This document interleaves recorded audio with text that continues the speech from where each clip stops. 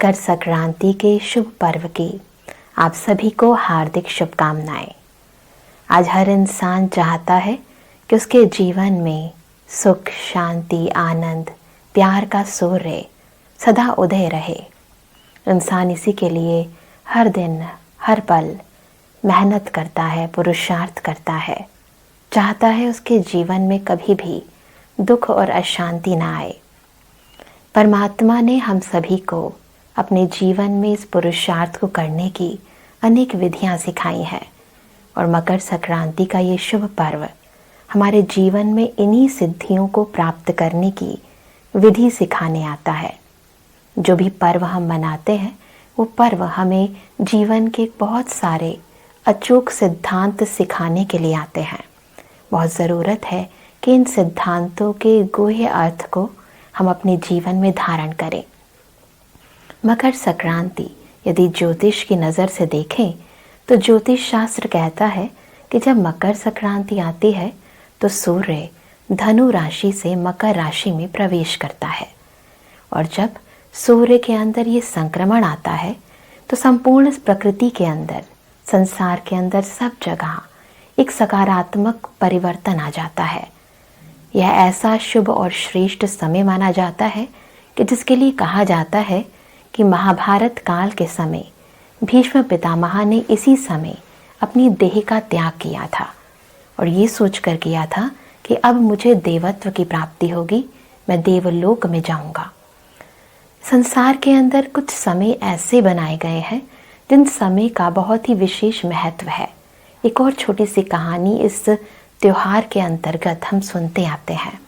वो कहानी है सूर्य और शनि की।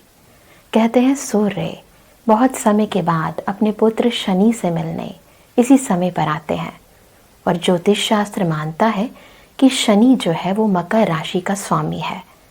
पिता और पुत्र का मिलाव एक बहुत ही सुंदर संगम है और इसीलिए जब ये त्योहार आता है तो मिलन की यादगार मेला जगह जगह पर लगाए जाते हैं। विशेष तौर पर माघ मेला जो कि हम देखते हैं कि इलाहाबाद में लगाया जाता है। वैसे कहने को तो ये नदियों का मेला है, कहने को तो ये पिता और पुत्र का मिलन है, परंतु वास्तविकता देखी जाए तो हम सभी का पिता वो परम पिता परमात्मा है और हम आत्माएं उनकी संतान है। तो जब परमात्मा और आत्मा का मिलन होता है तभी आत्मा के जीवन में शुभ दिनों का प्रारंभ होता है। यानी आत्मा अपने जीवन के अंदर ज्ञान, सुख और शांति बहुत ही सहजता से लेकर आ सकती है जब आत्मा और परमात्मा का ये योग यानी राजयोग होता है। अलग अलग राज्यों में अलग अलग रीति से मकर संक्रांति का ये त्योहार मनाया जाता है। पंजाब में मकर संक्रांति से एक दिन पहले हम देखते हैं कि लोहड़ी का त्योहार मनाया जाता है। इसी तरह बिहार में, गुजरात में माघी के नाम से, खिचड़ी के नाम से ये त्योहार मनाया जाता है। हम देखते हैं कि असम में बिहू का त्योहार मनाया जाता है। ये त्योहार बहुत ही प्रचलित हैं और इन त्योहारों में लोग मिलते हैं, जुलते हैं, नाचते हैं, गाते हैं, एक दूसरे के साथ बहुत सारे गिफ्ट एक्सचेंज करते हैं। ख़ास तौर पर हम देखते हैं कि तिल और गुड़ की मिठाई एक दूसरे के साथ बांटते भी हैं, खाते भी हैं और जलाते भी हैं। बहुत ही सूक्ष्म रहस्य है इन सभी चीज़ों का। वैसे यदि भौगोलिक रीति से देखें तो भी इस समय सारी प्रकृति में एक बहुत सुंदर परिवर्तन आ जाता है। यदि गहराई से देखें तो सूर्य इस समय उत्तरायण की ओर बढ़ता है और जब सूर्य की गति उत्तरायण की ओर बढ़ती है यानी भौगोलिक रीति से, क्योंकि भारत उत्तर ध्रुव की ओर है और यदि सूर्य उत्तरी ध्रुव की ओर बढ़ता है तो दिन बड़े होने लगते हैं, रातें छोटी होने लगती हैं। दिन बड़े होते हैं तो देखते हैं कि इंसान की कार्य करने की क्षमता बढ़ जाती है। हम देखते हैं कि प्रकृति के अंदर ही बहुत ही सकारात्मक परिवर्तन आने लगता है। चारों ओर पॉजिटिविटी का, उमंग का, उत्साह का, काम करने के अंदर एक दक्षता आ जाती है। आलस से, अलबेलापन, ये सब नकारात्मक वृत्तियां इंसान की समाप्त हो जाती हैं। संपूर्ण प्रकृति के अंदर, भूगोल के अंदर, इंसान की कार्य क्षमता के अंदर ये जो सकारात्मक परिवर्तन है, अंदर ये जो ऊर्जा का संचार है, ये हर एक इंसान के जीवन को प्रभावित करता है और न केवल हमारे कर्मों को प्रभावित करता है परंतु हमारी मानसिकता को भी प्रभावित करता है। और इसलिए कहते हैं कि इस दिन श्री विष्णु जी ने दैत्यों पर विजय प्राप्त की थी। विष्णु जी ने दैत्यों पर विजय प्राप्त की, परंतु यहाँ वास्तविकता में देखा जाए तो सकारात्मकता की नकारात्मकता पर विजय है, समर्थ की व्यर्थ पर विजय है, दुख और अशांति पर विजय सुख और शांति की है। तो इस विजय का प्रतीक, इस सुख शांतिमय दुनिया का प्रतीक यह मकर संक्रांति का त्यौहार बहुत सारे मैसेजेस, बहुत सारे संदेश हमें बताता है।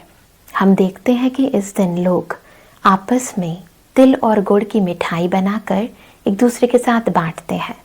यदि सूक्ष्म अर्थ को देखें, आध्यात्मिकता की ओर नज़र दौड़ाएं तो अति सूक्ष्म से सूक्ष्म तो आत्मा है, आत्मा के गुण हैं, आत्मा की शक्तियाँ हैं। ज़रूरत है आज इंसान को कि वो स्थूल चीज़ों का नहीं अपितु अपने सूक्ष्म गुणों का, शक्तियों का आपस में आदान प्रदान करे, स्वयं भी गुण धारण करे और दूसरों को भी गुण धारण करने की प्रेरणा दे और अपने ही अंदर जो सूक्ष्म कमी और कमजोरियां हैं, जो दुख देने की वृत्तियां हैं, उनको सदा के लिए जला दे। हम देखते हैं स्थूल रूप में तो सभी लोग अग्नि जलाते हैं और अग्नि के चारों ओर चक्र लगाते हैं, परमात्मा को सिमरण करते हैं और हम देखते हैं खूब नाचते हैं और गाते हैं। जब इंसान के जीवन के अंदर की कमी और कमजोरियां खत्म हो जाती हैं, दुख अशांति मिट जाती है, तभी इंसान सदा काल के लिए खुशनुमा हो सकता है। बहुत ज़रूरत है कि इस सूक्ष्म अर्थ को समझें। खुशियाँ और सुख हमारे जीवन में सदा काल के लिए हमें चाहिए। इसके लिए ज़रूरत है कि हम हर रोज़ अपनी सूक्ष्म चेकिंग करें, हर रोज़ अपने अंदर की गहराई से चेकिंग करके अपनी कमी और कमज़ोरियों को सदा के लिए स्वाहा करें, अपने पुराने संस्कारों को जलाएं, ताकि हम सभी के अंदर नए संस्कारों का उद्गम हो। बहुत ज़रूरत है कि आज के दिन मकर संक्रांति के इस शुभ पर्व पर हम सदा के लिए अपने जीवन में ज्ञान सूर्य का उदय करें। हम देखते हैं कि इस दिन सभी लोग बड़े ही शौक से पतंग भी उड़ाते हैं।